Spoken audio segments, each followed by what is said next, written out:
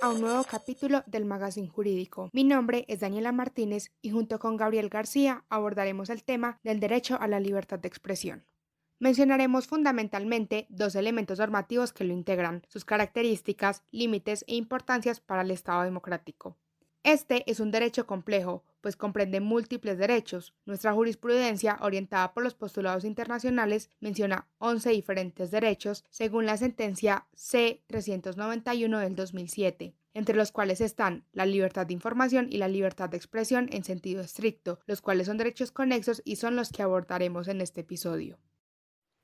Ambos tienen un sentido positivo y negativo en ambas vías del derecho. Derecho a informar o a expresarse y a escuchar la información o expresión y el derecho a no hacerlo ni ser constreñido para ello. En cuanto a cargas y responsabilidades, ambos derechos están sometidos a estas. Sin embargo, el derecho a la libertad de expresión, en sentido estricto, goza un margen de libertad mucho más amplio. Así, en el ejercicio de la libertad de información, la información debe ser, primero, cierta, es decir, tener un referente en la realidad sin que ello signifique que la Carta no proteja la divulgación de información que, si bien no es exacta, sí se aproxima a la verdad y fue publicada de buena fe. Sentencia C 650 del 2003, añadiendo que este requisito no se cumple con una averiguación indeterminada, sino que debe ser una cuidadosa de la información. 2. Debe ser objetiva, que no sea sesgada, tendenciosa, arbitraria o manipulada. Y 3. Según la sentencia C 033 del 93, oportuna, haciendo referencia a que entre el hecho y la publicación exista inmediación, esto es, que no medie un lapso superior al necesario para producir técnicamente la información, o que bien entre el hecho y su publicación no transcurra un periodo de tiempo tal que la noticia carezca de incidencia e interés, pasando de ser noticia a ser historia. Esos parámetros no operan de la misma manera en el otro derecho, pues en él la protección es en sí a juicios de valor para los cuales, por ejemplo, se haría imposible exigir su fuente en la realidad. Para este, el derecho de libertad de expresión en sentido estricto, se puede hablar de que hay grados diversos de protección constitucional. Primero, como modos de expresión de protección reforzada está, por ejemplo, el discurso político y el debate sobre asuntos de interés público, que no se agota en las publicaciones y discursos políticos relacionados con temas electorales. Esta categoría cubre toda expresión relevante para el desarrollo de la opinión pública sobre los asuntos que contribuyan a la vida pública, política y social de la nación. Vale resaltar que la CIDH ha dicho que la libertad de expresión es uno de los principales mecanismos que tiene la sociedad para ejercer un control democrático sobre las personas que tienen a su cargo asuntos de interés público. 2. Medios de expresión especialmente protegidos por constituir una precondición del ejercicio de otros derechos fundamentales en ámbitos concretos o por recibir protección constitucional expresa. Entre esos están a. La correspondencia y demás formas de comunicación privada relacionados con el derecho a la intimidad. B. Los discursos estéticos, morales, emotivos o personales manifestados a través de expresiones verbales, artísticas o de conductas simbólicas o expresivas sin perjuicio de la protección constitucional explícita a la libre expresión artística, relacionadas con el libre desarrollo de la personalidad. C. La objeción de conciencia, relacionado con la libertad de conciencia. D. El discurso religioso, relacionado con los derechos de libertad de cultos. E. El discurso académico, investigativo y científico, relacionado con la libertad de cátedra. F. Las expresiones realizadas en el curso de manifestaciones públicas pacíficas, relacionada con la libertad de manifestación. G. El discurso cívico o la participación ciudadana. Y H. El discurso de identidad que expresa y refuerza la propia inscripción cultural y social. 3. Modos de expresión sujetos a un mayor margen de regulación estatal, como a. Las expresiones de contenido comercial o publicitaria.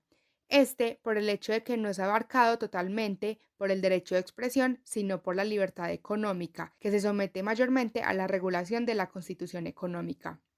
B. Las expresiones de contenido indecente, chocante o sexualmente explícito o que pueden ser socialmente ofensivas, particularmente cuando están de por medio los intereses de menores de edad y de receptores involuntarios que no pueden evitar verse expuestos a las expresiones que les resultan gravemente ofensivas.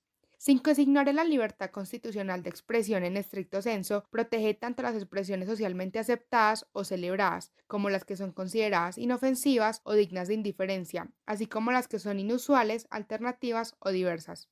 Sus características son, por un lado, ambos derechos son de carácter universal, resaltando que se han reconocido los derechos a la libertad de expresión de las personas en la sentencia T-505 del 2000. También que el objeto jurídico de protección en la libertad de información es la comunicación de versiones sobre hechos, eventos, acontecimientos, gobiernos, funcionarios, personas, grupos y en general situaciones en aras de que el receptor se entere de lo que está ocurriendo, mientras que la libertad de expresión, estricto sensu, protege la transmisión de todo tipo de pensamientos, opiniones, ideas e informaciones personales de quien se expresa.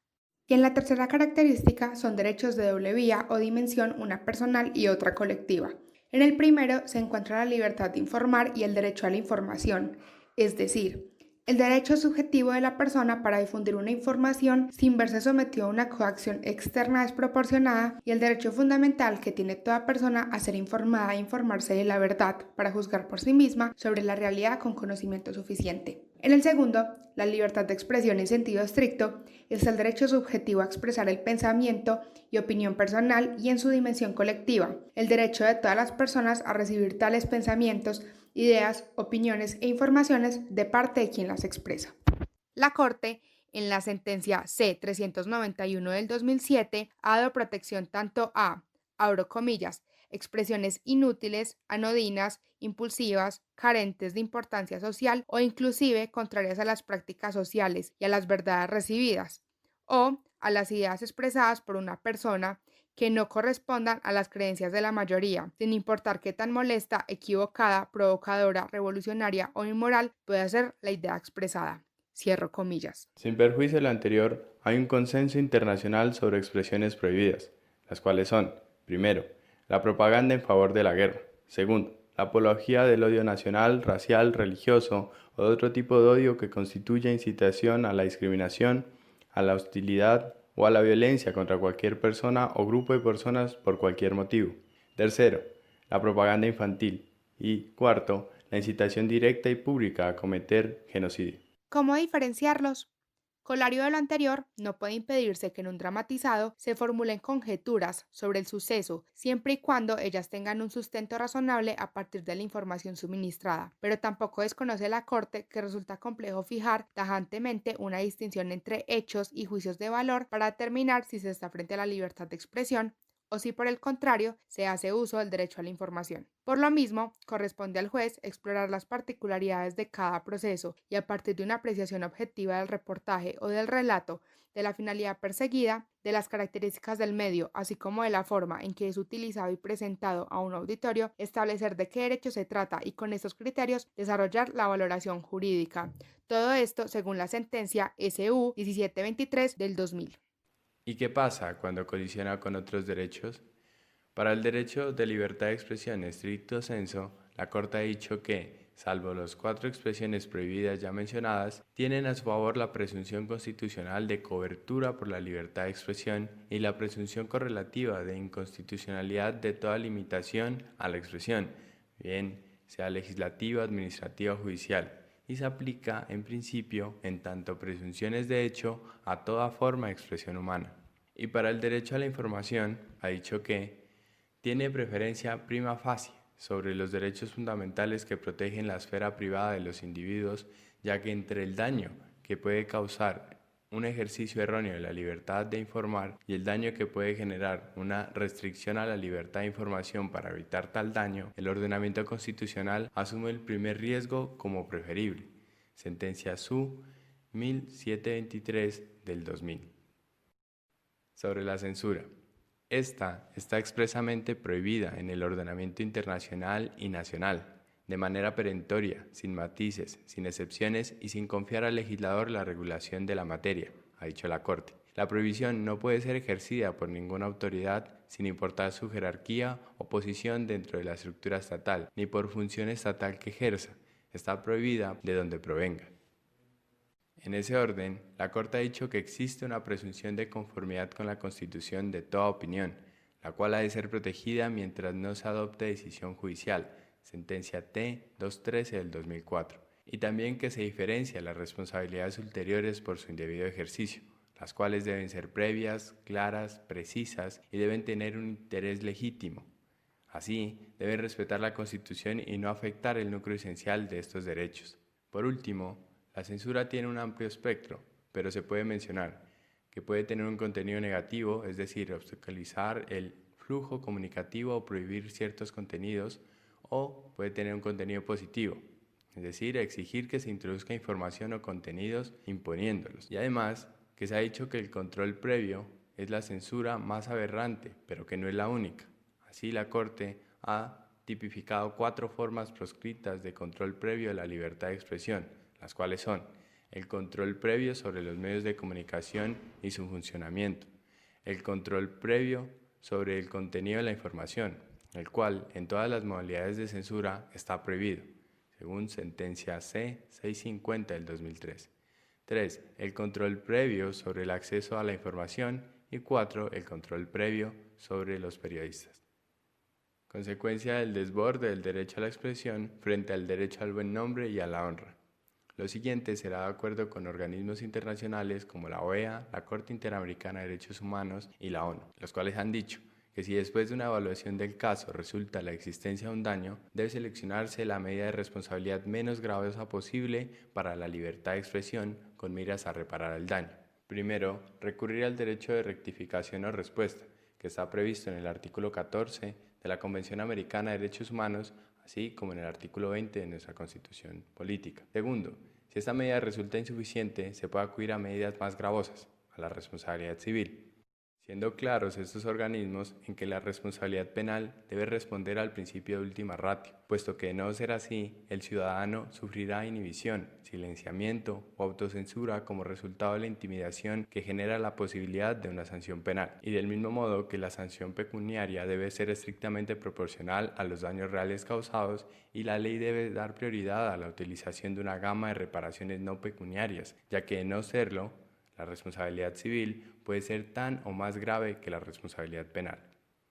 La obligación estatal establece que, para ambos derechos mencionados, la jurisprudencia nacional e internacional ha establecido que no le basta al Estado con no atentar contra las manifestaciones de estos derechos, sino que además de respetarla, debe proteger su ejercicio libre y garantizar la circulación amplia de información, aun de aquella que revele aspectos negativos del propio Estado o la sociedad, según la sentencia T-391 de 2007, y la de provisión de un recurso efectivo sobre la base de la no discriminación.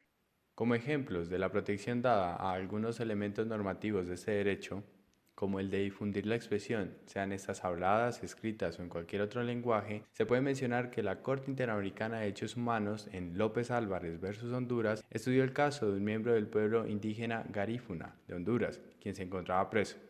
El director de la cárcel donde estaba recluido había impuesto una prohibición de hablar en la lengua garífuna, que le impedía a López Álvarez comunicarse en su propio idioma.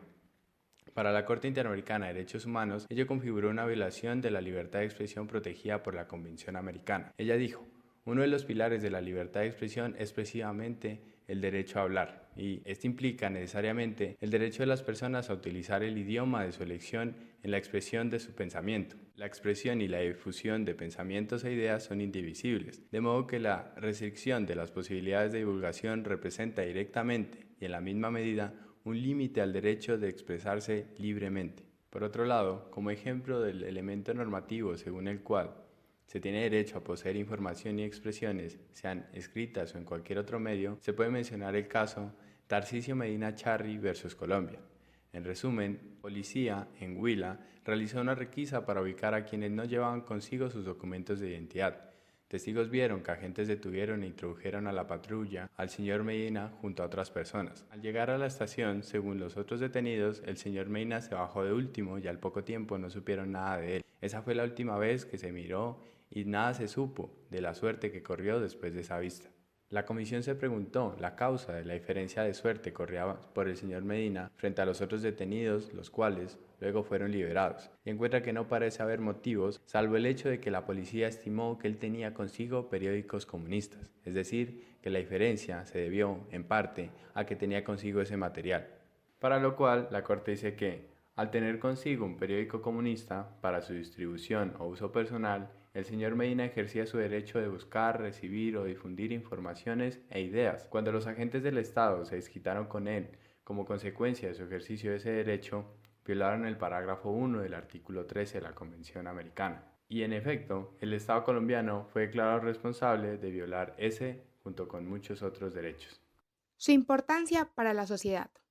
Para finalizar, y para el actual contexto, es interesante lo dicho por la Corte Interamericana de Derechos Humanos y la Organización de los Estados Americanos sobre la exigencia de la plena prueba de veracidad que sustente el ejercicio del derecho a la expresión en determinados contextos. La OEA, en su Relatoría Especial para la Libertad de Expresión de 2009, dice, y cito textualmente, abro comillas, se dice la acceptio veratis debe ser una causal justificativa de cualquier tipo de responsabilidad.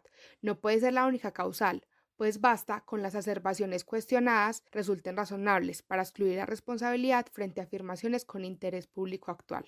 La Corte Interamericana ha estimado innecesario constatar la veracidad de las afirmaciones formuladas para desestimar la imposición de sanciones penales o civiles. Basta con que existan razones suficientes para justificar la formulación de tales afirmaciones, siempre que se trate de afirmaciones de interés público. En consecuencia, incluso si los hechos que se afirman, por ejemplo, la imputación de un crimen, no pueden ser demostrados en un proceso judicial, quien realizó las afirmaciones correspondientes estará protegido siempre que no tuviera conocimiento de la falsedad de lo que afirmaba o no hubiera actuado con negligencia grave, absoluto desprecio por la verdad. Cierro comillas. Así pues, para nuestro Estado social de derecho fundado en la participación y el pluralismo y reconocedor de la diversidad étnica y cultural, el derecho a la libertad de expresión e información configura como un elemento imprescindible. Permite que la participación, pluralismo y diversidad se materialicen. Permite que la creación de ideas, la real posibilidad de que las personas puedan convencer de sus posturas a otras y de criticar aquellas que no se avienen a las propias, es un medio y un fin para lograr la autonomía, el autogobierno y la soberanía popular. Gracias por escuchar el Magazine Jurídico.